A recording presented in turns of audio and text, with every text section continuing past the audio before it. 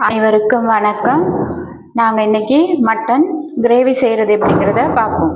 நீங்களும் டேஸ்டாகவும் ஈஸியாகவும் செய்கிறதுக்கு இந்த வீடியோவை முழுமையாக பாருங்கள்.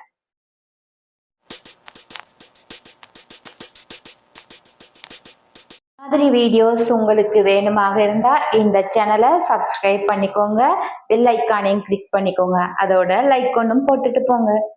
தேவையான பொருட்கள்: மட்டன் 500 கிராம், 3 மேசைக்கரண்டி மிளகாய்த்தூள், 2 மேசைக்கரண்டி மல்லித்தூள், மஞ்சள் தூள் 1/4 கரண்டி, மிளகுத்தூள் 1 மேசைக்கரண்டி.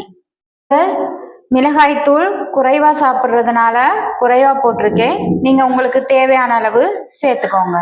இஞ்சி வெள்ளைப்பூடு பேஸ்ட்டு, கறிவேப்பிலை, ரம்பை, கடுகு வெந்தயம் சீரகம், மல்லி இலை, கராம்பு, ஏலம், கருவேப்பட்டை, புளி.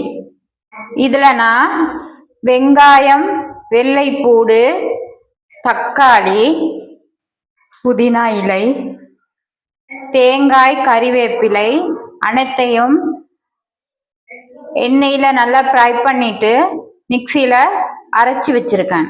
நாங்க செய்யற முறையை பார்க்கலாம். நான் மண் சட்டியில தான் சமைக்க போறேன். இப்போ உங்களுக்கு தேவையான அளவு எண்ணெயை போட்டுக்கோங்க. எண்ணெய் நல்லா சூடாகிருச்சு. கடுகு வெந்தயம், கிராம்பு, பட்டை, ஏலம், கறிவேப்பிலை, ரம்பை பாருங்க, நல்லா கிண்டி விடணும். பூடு இஞ்சி பேஸ்டையும் சேர்த்த பிறகு மட்டனை சேர்த்து நல்லா மிக்ஸ் பண்ணி விடுவோம்.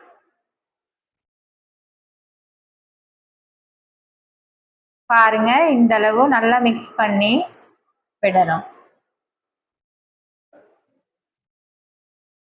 தேவையான அளவு உப்பு, எடுத்து வச்சிருக்க மிளகாய்த்தூள், மஞ்சள் தூள், மல்லித்தூள், மிளகுத்தூள். இப்ப நல்லா இதை சேர்த்து நல்லா மிக்ஸ் பண்ணி விடுவோம்.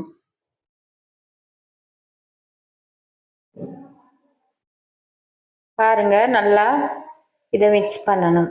நல்லா மிளகாய் தூள் எல்லாம் சேர்ற மாதிரி.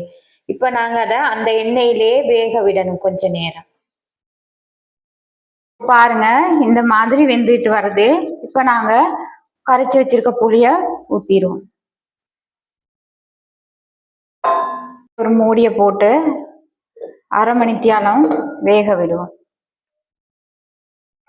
பாருங்க, இந்த மாதிரி வெந்துட்டு வந்துருச்சு. இப்ப நாங்க இந்த பேஸ்ட போட்டுருவோம்.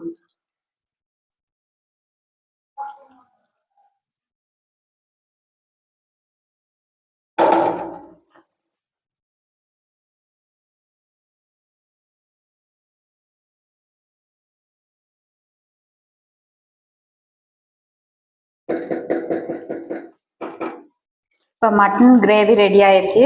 இப்போ நாங்கள் மல்லி இலையை போடுவோம். அவ்வளோதாங்க, இந்த மட்டன் கிரேவி ரெடி ஆயிடுச்சு.